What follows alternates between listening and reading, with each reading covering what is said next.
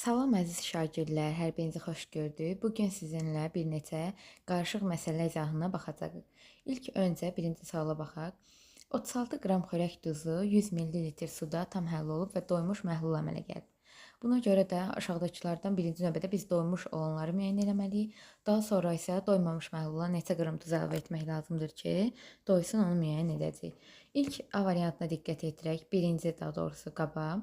Deməli, şərtimiz belədir. 100 ml suda 36 qram duzumuz həll olmalıdır.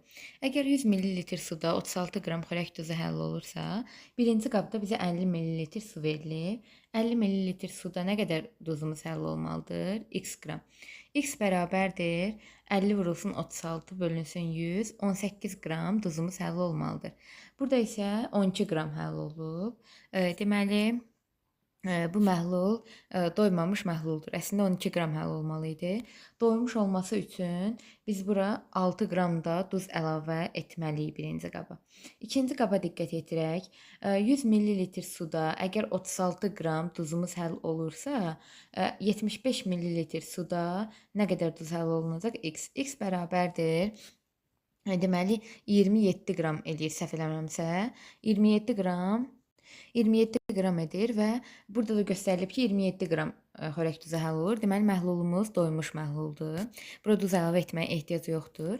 Üçüncü qaba diqqət yetirək. Üçüncü qabda bizə göstərilib ki, üçüncü qabda isə 100 ml suda 36 qram duz həll olursa, 150-də x.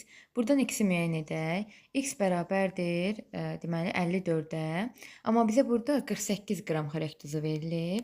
Biz bunun doymuş olması üçün, deməli məhlulumuz doymamışdır. Doymuş olması üçün 54 çıxılsın 48.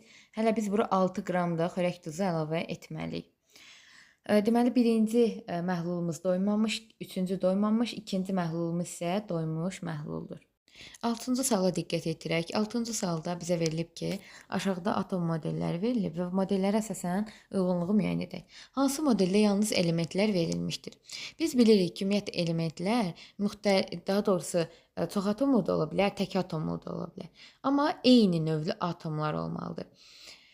Burada birincidə, ikincidə diqqət yetirin şəkillərə görürük ki, atomlar bir-birinə birləşərkən müxtəlif növlü atomlar birləşib. Yəni rəngləri bir-birindən fərqlidir. Müxtəlif növlü atomlar birləşibsə, bunlar mütləq şəkildə birləşmədir.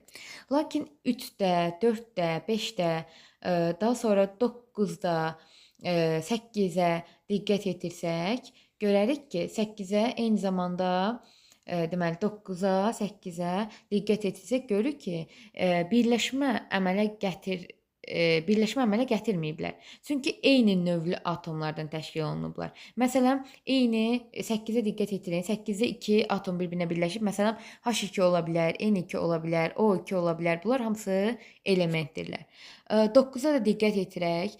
2 deməli sarı, məsələn ola bilər ki, hidrogen atomları 2 çəhrayı bir-biri ilə yanaşı birləşib, o da ki, azotu əmələ gətirə bilər. Düzdür? Ancaq kimyəvi elementdirlər də. Daha sonra ikinciyə diqqət edirək. Hansı modeldə yalnız birləşmələr verilmişdir? Birləşmələr ən azı 2 atomlu olmalıdır və eyni zamanda fərqli-fərqli rənglərdə olmalıdır.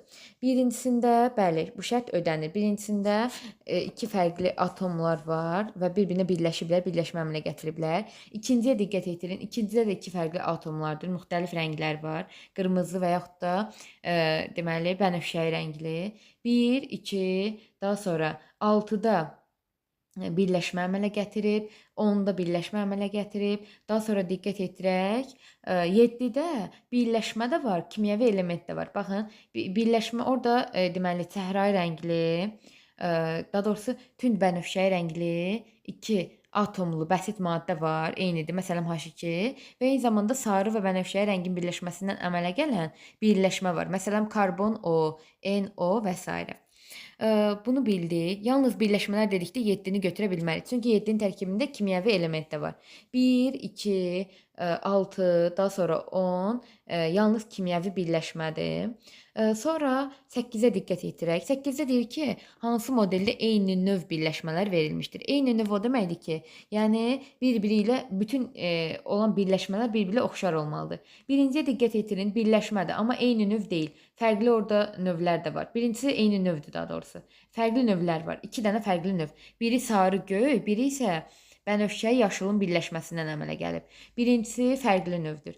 İkincisində eyni növdür. Baxın, bir tərəfi qırmızı, digər tərəfi bənövşə, hər biri ondandır. 2 deməli eyni növ birləşmələrdən əmələ gəlib. Sonra 6-ya diqqət edin. 6 eyni növ birləşmədir. Biri sarı, ikisi bənövşə. Hamısında o şəkildədir. 7-də kimyəvi element də var, birləşmə də var, düzgün deyil. Daha sonra bir də 10-a diqqət yetirin. 10-da da kimyəvi birləşmə də amma eyni növdür. 2 yaşıl, 1 qırmızı. Eyni növ deyil daha doğrusu. Və diqqət yetirin, 2 yaşıl, 1 qırmızı, digərində isə 2 qırmızı, 1 yaşıl var. Eyni növ ola bilməz. 10-cu eyni növ deyil.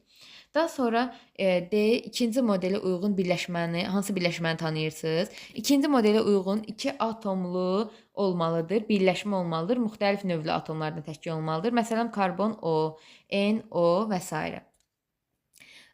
Y variantına diqqət yetirək. 6-cı modelə uyğun hansı birləşməni tanıyırsan? 6-cı model odur ki, bir dənə sarı, 2 dənə bənövşəyi, yəni bir atom, bir fərqli atom olmalıdır, 2 dənə eyni atom. Məsələn, karbon O2 ola bilər. Burada oksigen bənövşəyini bildirir, karbon isə sarını. Və yaxud da NO2 azot bənövşəyini sarını bildirir, oksigen bənövşəyini bildirir, 2 dənə eyni. Bu sualın izahı da bu şəkildə.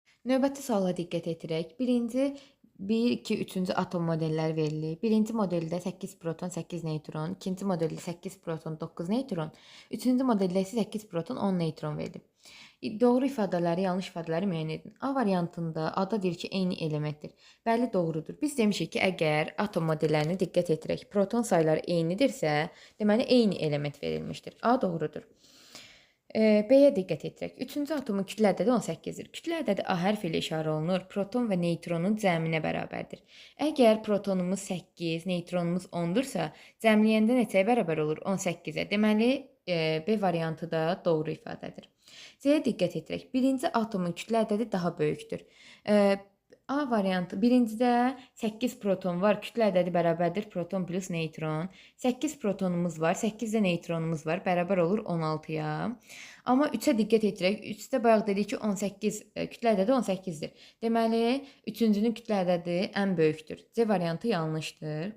D-yə diqqət edirək. Müxtəlif elementdir. Bu da yanlışdır. Niyə? Çünki proton sayları bərabər olan elementlər eyni elementdirlər. Hətta bu Respublika Fənn müsabiqəsinin yarımfinal mərhələsində də belə bir sual düşmüşdü, səhv eləmirəmsə. Daha sonra izotop atomlardır. İzotop nədir? Proton sayı eyni, kütlə ədədi müxtəlif. Deməli, o da doğrudur. İzotopdurlar, çünki proton sayları eynidir. F-də eyni sayda elektrona malikdirlər. Bəli, biz bilirik ki, əgər atom modelləri üçün deyirsə, atomda proton elektrona bərabər olur. Hər üçündə 8 proton var. Deməli, hər üçündə də 8 elektron var. F-də doğru ifadədir. Növbəti suala baxaq. Növbəti sualda bizə nümunə verilib və nümunəyə əsasən aşağıdakıları biz düzəltməliyik. Qum nədən təşkil olunub? Silisiumdan, oksigendən, sonra işarələrini yazın. Və belə bir sualın finalı düşmə ehtimalı ola bilər. Çünki açıq tipli sualdır və həmçinin biz bütün bu suala diqqət yetirərək bütün birləşmələrin kimyəvi formullarını əzbər şəkildə bilməliyik. Xörək duzu necə yazılır? Natrium, xlor. Natrium, xlor da natrium və sözlə yazırsınız. Natrium, xlor. Daha sonra isə işarələrin natrium, xlor. Sonra keçək ikincisinə. Çay sodası. Çay sodası natrium hidrokarbonatdır. Natrium hidrokarbonat ümumi formulu bu şəkildədir. Tərkibində natrium, hidrogen, karbon və oksigen elementləri var. Daha sonra etil spirti. Etil spirtinin ümumi formulu C2H5OH-dır. Tərkibinə diqqət edirək. Tərkibində karbon, hidrogen, oksigen və hidrogen atomları vardır. Daha sonra D variantında hidrogen peroksid H2O2 tərkibi hidrogen və oksigenden təşkil olunmuşdur.